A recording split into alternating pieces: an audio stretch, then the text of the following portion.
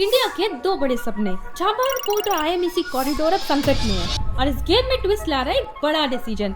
America के Chabahar waiver cancellation. India ने 2024 में ईरान के चाबहार पोर्ट पर नियरली 3300 करोड़ रुपए कमिट किया।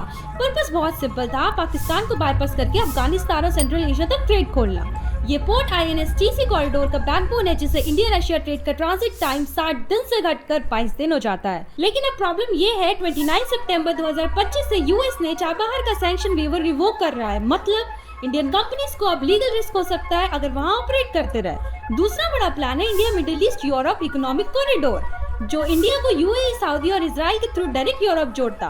पर्पस सिंपल था, इंडिया और यूरोप के बीच फास्ट और चीप ट्रेड। लेकिन अब ये हजारों करोड़ का प्रोजेक्ट ब्लॉक हो सकता है, क्योंकि मिडिल ईस्ट में हालत ही कुछ ऐसे है और इन सब के पीछे है एक ही कंट्री, इजराइल। पहले ईरान के साथ वॉर करके ईरान और अमेरिका की पुरानी दुश्मनी को जिंदा कर दिया और अब कतर में अटैक करके पूरा मिडिल ईस्ट डिस्टेबलाइज कर दिया, जिससे मिडिल ईस्ट और पाकिस्तान की तरफ पुश हो रहा है। लेकिन अब मिडिल ईस्ट में हालत बिगड़ गए हैं। इजराइल के रिसेंट स्ट्राइक जैसे कतर इंसिडेंट ने गल्फ के साथ टेंशन बढ़ा दिया। रिजल्ट, ट्रस्ट और कॉपरेशन दोनों वीक हो रहा है।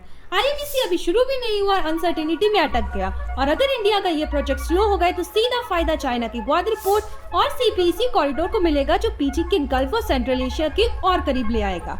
ये सिर्फ एक ट्रेड स्टोरी नहीं, बल्कि एक जियोपॉलिटिकल चेस बोर्ड है, जहां हर मूव से भारत का फ्यूचर ट्रेंड डिसाइड होगा। आपको क्या लगता है, इंडिया को चाबहार पोर्ट पे टिकना चाहिए या आईएमईसी पे बेट करना चाहिए? कमेंट पे बताओ। Follow on let's for more इनसाइट्सफुल।